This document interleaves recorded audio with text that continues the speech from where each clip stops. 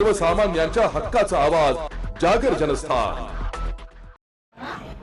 अन्न व औषध प्रशासन कार्यालयास प्राप्त झालेल्या माहितीच्या आधारे 27 मे 2024 रोजी भवरखेड तालुका धरणगाव जिल्हा जळगाव येथे बनावट दूध निर्मिती करणाऱ्या व्यक्तीवर कारवाई करण्यात आली आहे। सोमनाथ आनंदा माळी वर्ष 30 याच खाद्यतेलाचा वापर करून बनावट दूध तयार करताना अन्न व औषध प्रशासनाच्या पथकाने रंगेहात पकडले।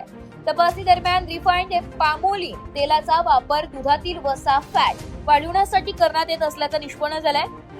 या कारवाईत 2 गायीच्या दुधाचे तसेच 1 खाद्यतेलाचा नमुना विश्लेषणासाठी घेण्यात आला।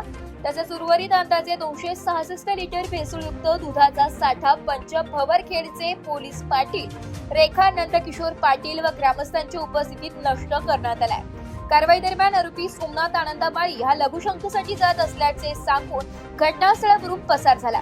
त्याच्या विरुद्ध धरणगाव पोलीस ठाण्यात गुन्हा क्रमांक 207/2026 अन्वये 28 मे 2024 रोजी गुन्हा दाखल करण्यात आला। विशेष म्हणजे संबंधित आरोपी विरुद्ध यापूर्वीही दुधात भेसळ केल्याप्रकरणी पोलीस व अन्न व औषध प्रशासनाने संयुक्त कारवाई केली होती। त्या प्रकरणी धरणगाव पोलीस ठाण्यात प्रथम खबरी अहवाल दिनांक 29 जुलै 2025 रोजी दाखल करण्यात आला होता। त्यामुळे संबंधित व्यक्ती वारंवार अशा प्रकारचे गुन्हे करत असल्याचं स्पष्ट झालंय। ही कारवाई अन्न व औषध प्रशासनाचे आयुक्त तुकाराम मुंडे तसेच सहआयुक्त अन्न SR करकाळे नाशिक विभाग यांच्या मार्गदर्शनाखाली करण्यात आली। कारवाईत सहाय्यक आयुक्त तथा पदनिर्देशित अधिकारी दीनानाथ शिंदे, अन्न सुरक्षा अधिकारी किशोर साळुंके, शरद पवार व आकाश बोहाडे यांनी सहभाग घेतला।